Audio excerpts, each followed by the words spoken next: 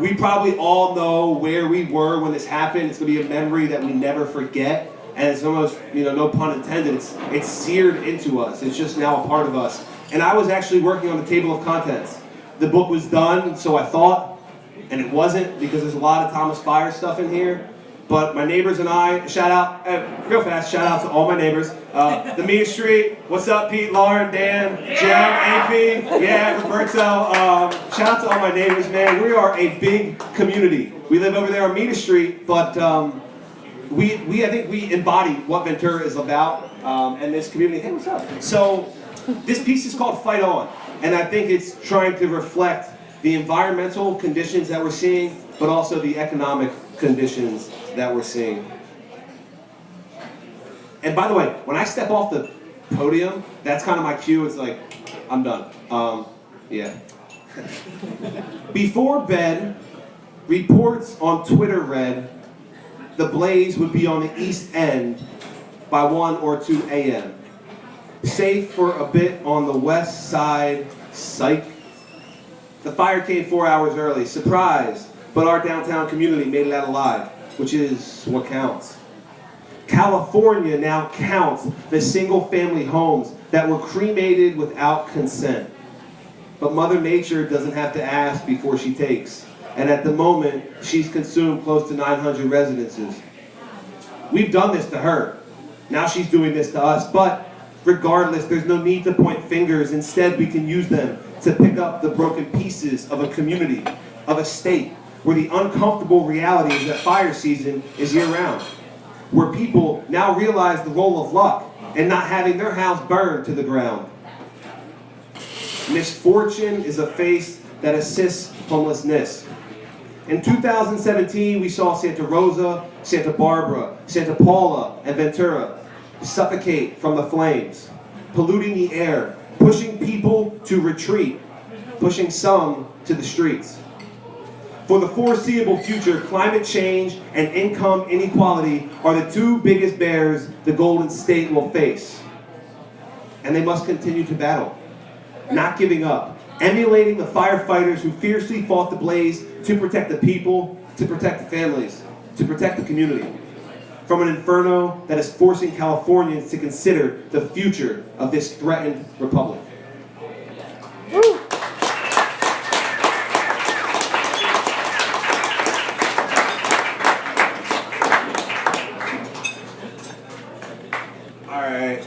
I'm trying to keep my notes here. I teach public speaking, and this is unlike anything I've ever done. Unfortunately, I've given eulogies. Fortunately, I've given award speeches. My dad, he's a doctor, and I was able to give speak at an award. I speak at senior retreat and junior leadership mass, but that's easy because it's a speech and you just follow it. This is not as easy as I thought, but it's fun nonetheless. So. It's crazy, when we saw that fire break out, and I think we're still kind of seeing it now, it blew my mind, which I guess it shouldn't have, of how close people came. Everyone, whether or not they knew each other, looked out for one another. That's literally what community is all about. It's people that live in the same area, that share a common place, and they look after each other. And it made me so happy, but it also showed me, which I had already thought, that people want to help people, but they don't always have the platform to do it.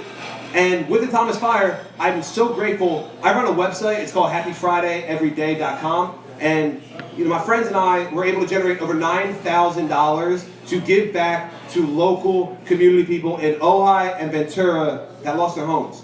And that was a fundraiser that I did not expect. I was trying to cash in on this book. I'm like, man, I'm gonna hit all my friends up to get some money for the homeless, and then boom. Out of nowhere, the fire came, and my priority changed. The book went to the side, and it became about helping people. And there's people in this room that donated. People in this room that pitched in money, not knowing where it was going, but knowing that it was going to someone that was affected. And I'm grateful for that. I'm also grateful for my home. I'm from New Jersey. I'm actually wearing this shirt. This is the state of New Jersey. Now, New Jersey gets a bad rap. New Jersey is not that bad. Actually, I like New Jersey. But when I moved out here, MTV slandered New Jersey. everyone thought Jersey Shore was like the thing, which it's not. Those people aren't even from New Jersey, they're from New York, which again is another misconception with geography. I'm in South Jersey, so I'm like the water, and I'm right next to Philadelphia, which is way different than New York. Smaller, better, cleaner, but I do like New York. And my family and my friends, they pitched in that community in South Jersey to help a community here in Ventura County.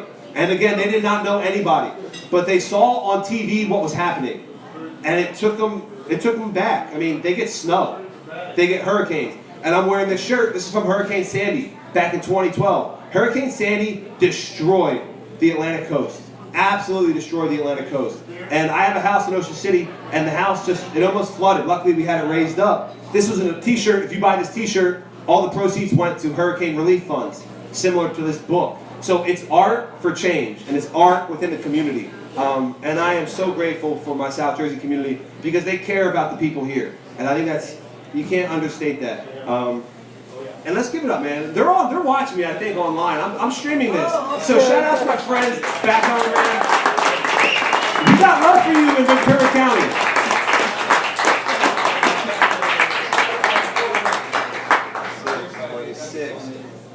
All right, so that was my little stand-up. It wasn't much stand-up, but it was something. So I'm going to actually talk now a little bit about housing. How many of you, if you don't, I mean, whatever, I don't care. How many of you rent in Ventura or OI? Shout out to all the renters. Shout out to all the renters. Unaffordable housing is a real thing out here in California. That's been a big aid to the homeless epidemic. So what I'm seeing now are some solutions. Project H, or excuse me, I should say Measure H. It's out of Los Angeles. It is a tax that people willingly passed, and it will raise over the next 10 years $355 million annually to get people some housing, to get help for mental health. So there's a lot going on with how people in Los Angeles are trying to help. And as y'all probably know, Los Angeles has the biggest homeless epidemic in the United States.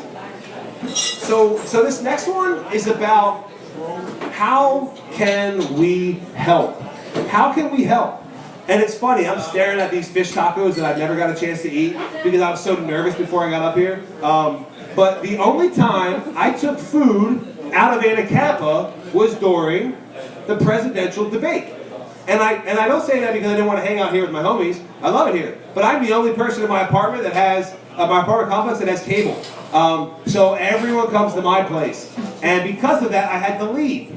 So I left, and I see this man.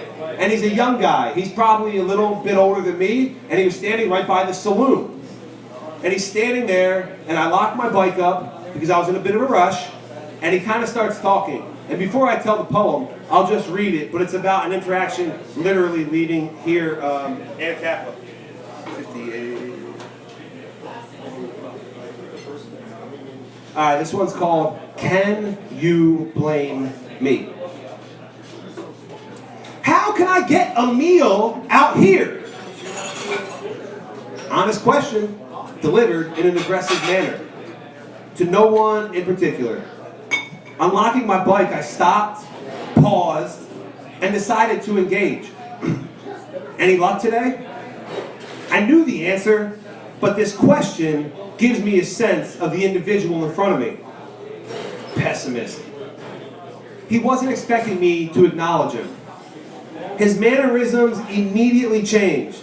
Looking down at the curb, he muttered no, not really. He held his hand, and in moving his fingers, revealed a freshly formed gash around his knuckles. What happened to you? He could tell I cared. I got mad, man. Cop woke me up. I was drunk. Caught me off guard. I got angry. Can you blame me? He sounded sorry, but I wasn't there to pass judgment nor validate his opinion. I could only think of whether or not I wanted to share my fish tacos. The more we talked, the more anxious he got. Luckily, we had some space separating us on the sidewalk. He continued talking. I've been homeless for a few weeks. Hopefully he realizes that anger won't get him any meals. Yet asking for help isn't easy. It bruises the ego. Wishing him well, I hopped on my bike, and although I didn't share my meal with him, we shared a conversation, and he seemed grateful for that.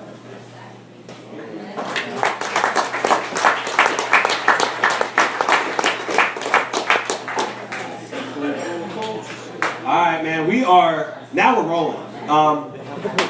So a couple things, as I was reading that, I have ADD, so my brain always goes, even as I'm reading and talking, but the two things that I think count with homelessness, we have to ask questions, but when we ask questions, we have to be willing to listen and truly listen to the answers. I think what plagues society, and I'm not going into politics, I know I'm a smart guy. I know that's a danger zone. But I will say this about that. What we saw in the last 2 years in the United States, we have a lot of people that are talking and no one's listening to each other. Everyone has a preconceived idea of what they believe, and because of that, no one's truly listening. And one of the things that I found with homelessness is people just want to be heard. They want to be recognized as humans, and they want to be listened to. So when I was putting this together, I had one of my coworkers, Catherine, and my aunt, who, my aunt's super nice, very supportive. My Aunt Laurie, she's like, Brian, I loved your book, which, because she's my aunt, she would say something like that, but I'm hoping she did like the book.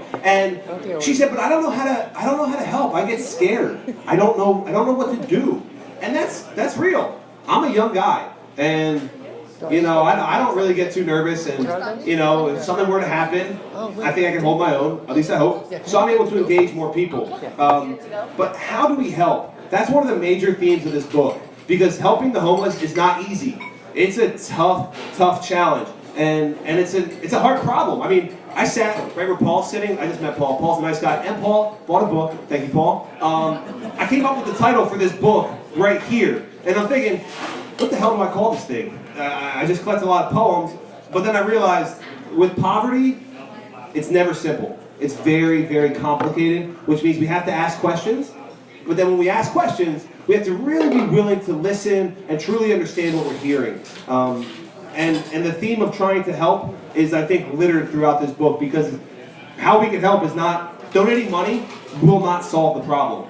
It will help, but it will not solve. There's a lot of different avenues that we must take. So I'm going to kind of explore that. But I'm going to read a poem right now. It's called Light Years. And I wrote this after driving down California and Maine. I must have been going to school because I was California and Thompson. Because I was on Thompson going northbound to the Santa Barbara exit. And as I was at that cross section on California and Maine, I had this guy staring at me. And I didn't want to look at him because I had nothing to give him. I had no help to give, so I felt weird. And then I tried to sit with that feeling. And as I drove to Ojai, I'm like, why do I feel weird? Like, what? Why did I not refuse to acknowledge him, even as a human? Like, why did I kept my eyes to my steering wheel. And then I did something different, which I always say the poem before I read it. Let's see what page is this on? No, that's not it. I know this one. It's in the second section. So this one's called, like I said, it's called Light Years. And it's one that just kind of talks about what and how can we help. Sometimes I speed through lights, not wanting to get stuck at street corners. Look left, look right. Despair is out tonight. With nothing to give, I feel helpless, even though I'm not the one who's homeless. The light is still red, and avoiding his eyes is the only thing on my mind. Finally, I push past my discomfort and flash a peace sign packaged with a solemn nod. Green means go. Driving away, the man is out of sight, but in Southern California, never out of mind. Next corner, new person, same idea. Anything helps. Thank you. God bless.